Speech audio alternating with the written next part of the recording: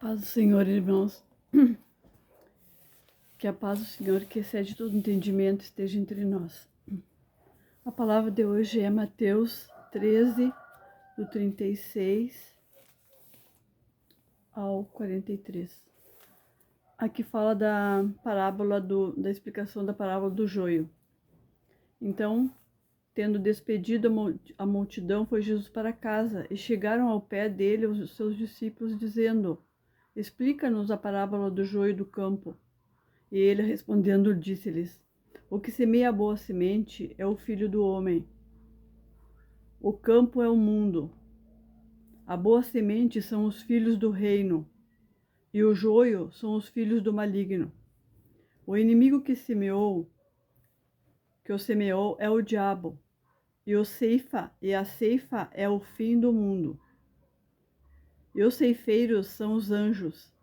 Assim como o joio é colhido e queimado no fogo, assim será consumada a consumação deste mundo. Mandará o Filho do Homem os seus anjos, e eles colherão do seu reino. Aqui ele fala de Cristo, né? Que é o Filho do Homem. E eles colherão do seu reino tudo o que causa escândalo e os que cometem iniquidade. E lançá-los-ão na fornalha de fogo. Ali haverá pranto e ranger de dentes. Então os justos resplandecerão como o sol no reino de seu Pai. Quem tem ouvidos para ouvir, que ouça.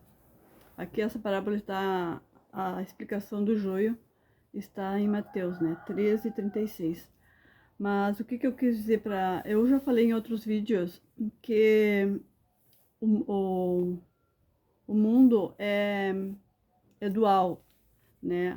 Jesus disse que nos últimos tempos haveria um despertar de consciência e também um despertar da consciência espiritual, né? E também um despertar das pessoas, né? E da tecnologia também, da ciência, haveria um avanço tremendo, né? Mas o que ele quis dizer, assim, da explicação da palavra do joio e do trigo, da dualidade, né? Porque se nós não temos o joio, por que Jesus fez essas coisas, colocou, assim, o joio e o trigo? Porque qual é a referência que nós teríamos nas nossas ações se nós não tivéssemos o joio? Como? Se tudo fosse perfeito, que necessidade Deus teria de... Qual é o método que ele usaria para identificar o que realmente existe no nosso coração? Então, Deus é tão maravilhoso que ele pensa em tudo, né? Em todas as coisas ele pensa como ele irá fazer, né? Mas o que eu quero dizer? É que a dualidade do mundo, tem o livro El Kybalion, que fala da dualidade, né? Deus, eu sou, né? Assim também há um grande despertar no eu sou, a palavra eu sou, o nome de Deus é eu sou, porque cada um de nós é uma centelha de Deus.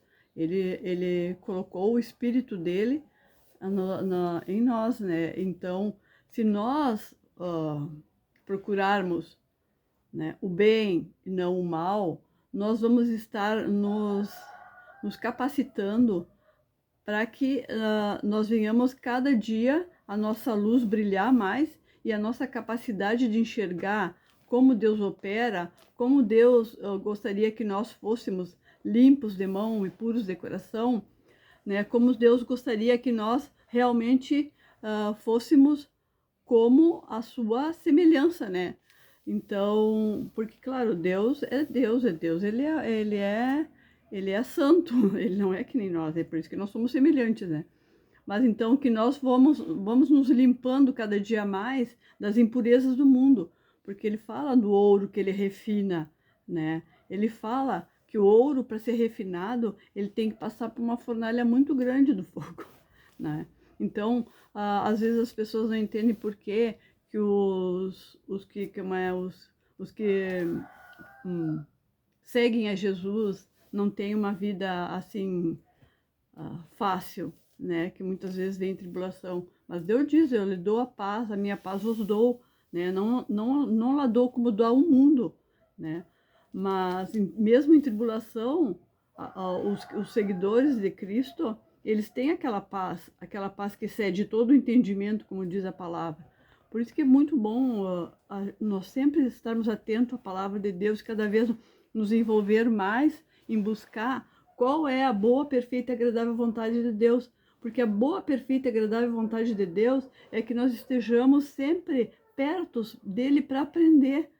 Não é? Tanto que ele fala da Maria e de Marta. Marta está então preocupada em tantas coisas, não é? O que seria boa só uma única, que a Maria escolheu é estar presente, olhando, escutando o que eu estou falando. Né? É bem simples as coisas, né? Mas então eu deixo aqui essa palavra, que Deus abençoe cada um, que nós possamos cada dia mais buscar, pois é assim, buscar e me achareis quando me buscar de todo o coração. Né? Deus é tão amoroso que ele fala, não te estribe no teu próprio entendimento, né? Fala, sede santo porque eu sou santo, né? Porque o mundo aqui é uma preparação para que nós venhamos escolher qual é a vida eterna que realmente nós vamos querer herdar, né? Ele diz que ele dará uma coroa, uma pedra, que ele dará um novo nome, não é? Ele diz que no abrir e piscar de olhos, tudo será transformado. Então, eu abençoo cada dia mais, cada um, né? Que nós possamos estar atentos, Pai, revestidos. Então, como que é que podemos alcançar como é como Deus vai provar o nosso coração, né? Se ele não tem o joio, né? Porque nas nossas atitudes falam do que é o nosso coração. Como é que o nosso coração está plantado em relação às outras pessoas? Nós somos amor, nós somos paz, nós nos preocupamos, porque ele diz, carregai as cargas uns dos outros, não é? Só que nós temos que ter bem discernimento, né? Porque ele diz também, cuidado, ele fala, admoesta uma ou duas vezes. Se a pessoa não está interessada, segue o teu caminho. Porque não dá tuas pérolas aos porcos, porque elas vão de pisar, para eles não tem valor, né? Ele fala ainda mais, uma parte mais, séria ainda de toda a vida espiritual. Cuidado com o que não mata não se preocupe com o que mata o teu corpo, mas com o que mata a tua alma. Porque tem pessoas que matam a tua alma. Elas vão matando um pouquinho, elas vão fumegando um pouquinho a tua alma e elas vão te tirando alegria, elas vão te tirando como é a fé em Deus, né? Então, eu deixo essa palavra, que Deus abençoe cada um. Eu sempre tô atenta, assim, e Deus, ele não se alegra na morte, né? Mas ele diz que veio, para que Cristo veio, para que nós tivéssemos vida e vida com abundância, mas abundância na presença dele. Porque o mal, o mundo, né? Eu falei que o mundo, a nossa vida é dual, é espírito e matéria, né? É em cima, céu e terra, né? Então Deus é assim, Deus trabalha, Deus é maravilhoso. As escrituras são maravilhosas. Só quem começa é como todo livro, começa a entender, ele diz, te aproxima de mim, que eu me aproximarei de vós, né? Então, nós temos que dar um passo. Quando a gente quer buscar alguma coisa, a gente vai, procura e busca, e, né? Aquele que bate, a porta abre-se-vos-á, né? Mas se você não tem interesse, por que Deus vai ter interesse? Deus deixa o livre-arbítrio com cada um de nós. Ele não mete nada goela abaixo. O mal não, ele está sempre de redor. De redor, de redor, de redor, insinuando, né? Colocando os fetiches dele, para que a gente venha escorregar, né? E se apartar do Deus, porque Deus é santo, né? Então, eu abençoo cada pessoa aqui nesse vídeo, que essa mensagem não seja só para mim, vem em primeiro plano, porque nós temos que estar continuamente relembrando as coisas, relembrando o que nós vivemos, né? Porque no mundo, como falei outras vezes, em outros vídeos, tem muitas vozes, a gente se distrai muito muito, muito, muito rápido agora, com as redes sociais, né? Então nós precisamos estar firmados em Deus, deixar um pouco as redes sociais às vezes e olhar no livro da palavra, né? Nos envolver, né? Jejuar, procurar Deus, procurar estar um tempo conosco, né? Pensando nas coisas, se examinando, né? Então eu faço essa oração, essa ministração aqui é uma oração a Deus para que nós venhamos estar vigilantes.